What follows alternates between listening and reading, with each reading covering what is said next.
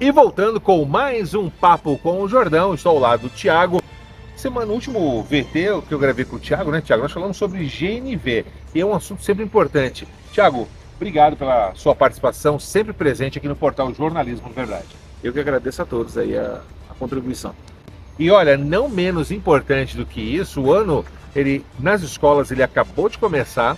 Nós tivemos agora recentemente, né, o Carnaval. Então a gente já começa, o ano começa agora, né, Thiago? Começa depois do Carnaval, né? O Brasil mais ou menos é assim, né? Pois é. E nós vamos agora abordar um assunto de extrema importância. Muitas famílias dependem do transporte escolar particular para levar os seus pequenos para a escola, seja no município, escolas estaduais ou particulares. O que muitos ignoram é que esse veículo escolar, ele depende, é obrigatório ele ter a sua inspeção anual para que esteja em dia, né, com toda essa documentação para a segurança do seu filho ou da sua filha. E Thiago, o assunto agora é esse: inspeção de veículos de transporte escolar. Esse é um assunto muito polêmico em muitas cidades do Paraná. Recentemente houve inclusive um acidente, né, em Tunas, não é isso? Isso, exatamente. Teve um acidente em Tunas, no interior, que teve algumas crianças até que se machucaram nesse acidente. E esse tipo de acidente ele só acontece porque muitas vezes, fora a imperícia que muitas vezes qualquer motorista, não é só do transporte escolar, pode cometer, mas também porque às vezes falta a inspeção. O veículo tem que estar em dia, rodando que nem um reloginho, para que o seu filho e sua filha possam estar em segurança, tanto na ida quanto no retorno. Antes de mais nada, Thiago, como é que é a inspeção veicular feita em Araucária? Hoje, né, conforme estabelecido pela Prefeitura, artigo 136 do CTB, ela cita a semestralidade e alguns parâmetros da Prefeitura. Anualmente ela faz aqui com a gente os veículos do município, né? E parte também faz aqui diretamente com a Prefeitura. Então a Araucária tem cumprido o seu papel na cobrança dessa inspeção para que o transporte escolar esteja em dia. Exatamente, tem feito. A gente tem visto até que tem um número... A pandemia atrapalhou um pouco, teve o transporte escolar diminuiu, 2020 praticamente não teve, né? 2021 foi um ano que praticamente foi muito parecido com 2020. 2022 a gente viu uma leve retomada e esse ano acredito que tenha voltado a uma normalidade. Esse acidente que houve em Tunas, ele gerou uma preocupação em todo o estado do Paraná e também no Brasil. O pai e a mãe hoje que procuram transporte escolar, ele tem o direito de chegar para o dono daquele transporte e cobrar essa documentação antes da contratação, Thiago? Pode, como deve também. Ele tem que atender à lei municipal. O artigo 136 do CTP cita que quem legisla sobre o assunto é o município. Então, ele tem que atender todas as regras do município, além das regras estabelecidas pelo CTP, que é a inspeção veicular semestral, né, que pode ser feita conforme as orientações da Prefeitura, e o cadastro do motorista, que tem que ter a carteira D, tem que ter o curso de direção de veículo escolar, tem que ser maior de 21 anos, e tem que ter o tacógrafo, né, aferido, e tem outros pontos que a Prefeitura pode exigir também. E me diga uma coisa, hoje eu já contratei, eu estou ali com o meu filho ou a minha filha no transporte escolar. Eu estou vendo essa matéria agora. É muito ruim eu pedir para o motorista ou para o dono do veículo que me apresente essa documentação? É o mesmo critério, né? É o mesmo critério, ainda mais que ele tem que estar de posse dessa documentação, porque a Prefeitura pode exigir isso a qualquer momento.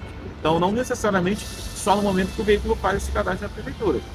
E se o motorista cai numa blitz, ele não está com a documentação em dia?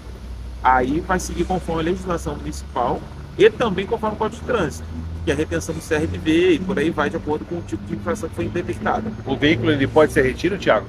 Pode. Dependendo das irregularidades que o agente de trânsito considerar, ele pode ser retido sim. Para quem tem em casa e é leigo, pai e mãe que fala assim, puxa vida, eu achei que era só contratar a van escolar, colocar meu filho, a minha filha ali, estava tudo tranquilo. Nessa inspeção, em linhas gerais, quais são os pontos principais que são verificados? Hoje a gente utiliza como base a NBR 14040, que ela cita freio, suspensão para os veículos que são aplicados, elétrica, pneus, os itens básicos de manutenção que ele tem que manter, né, os cintos de segurança, principalmente, que a gente está falando das crianças que vão estar ali sentadas ali, criança a gente sabe que é espoleta, né? Então tem que estar com cinto de segurança, os bancos tem que estar íntegro, né? No caso de veículos que levam crianças com necessidades especiais, os equipamentos para essa funcionalidade têm que estar funcionando de maneira perfeita. É basicamente isso que é avaliado. A questão do cinto de segurança é sempre muito polêmica. Nós somos de uma geração em que nós sobrevivemos aos veículos sem cinto de segurança, né, Thiago? Essa é uma exigência que tem vindo aí nos últimos 25 anos, se não me falha a memória, no Brasil. Mas transporte escolar, a criança ela é obrigada a estar utilizando o cinto de segurança, o dono do veículo ele é obrigado a ter o cinto de segurança em dia para atender esse volume de crianças? Sim, o número de cintos tem que ser compatível com o número de assentos do veículo. Então, por exemplo, um número médio para uma van normal que faz esse tipo de transporte? A gente vê em torno de 15 a 20, uma van normal. E ônibus tem um pouco mais, um pouco menos. A gente vê algum micro-ônibus em torno de 15 a 20. A gente verifica ali que tem o número de passageiros e cintos proporcionais. No micro-ônibus e no ônibus, que também faz transporte escolar, é necessário tanto a documentação de inspeção quanto o uso de cinto? Sim, exatamente. Perfeito. Tiago, esse é um tema polêmico, a gente não está querendo aqui criar, na verdade, nenhuma situação. O pessoal que trabalha com transporte escolar em Araucária, aí na região metropolitana, são pessoas responsáveis, é uma categoria demasiadamente honrada, não é verdade, Tiago? Mas é importante nós lembrarmos que esse tipo de inspeção, ela é obrigatória e é pela segurança das crianças, dos nossos filhos e das nossas filhas, tanto no município de Araucária como na região metropolitana, no estado do Paraná e no Brasil. Araucária é um exemplo nesse tipo de cobrança, nesse tipo de fiscalização, Tiago? Nos anos que a gente está verificando aí, né, que a gente faz a inspeção, a gente está aqui desde 2013, né, e a gente verificou assim uma evolução, assim, inclusive até na conscientização dos próprios pais, das empresas que transportam, a gente viu que a seriedade tem sido aumentada significativamente, que todo mundo quer trabalhar em prol da segurança do trânsito. Assim. Em comparativo com relação à nossa região metropolitana, como é que é essa fiscalização por parte de outras prefeituras? Você tem uma média, você tem informações relacionadas a isso? Curitiba, a gente tem a UPS que regulamenta sobre isso. São José dos Pinhais e Pinhais também tem uma regulamentação própria sobre isso, mas tem outros municípios da região metropolitana que não tem.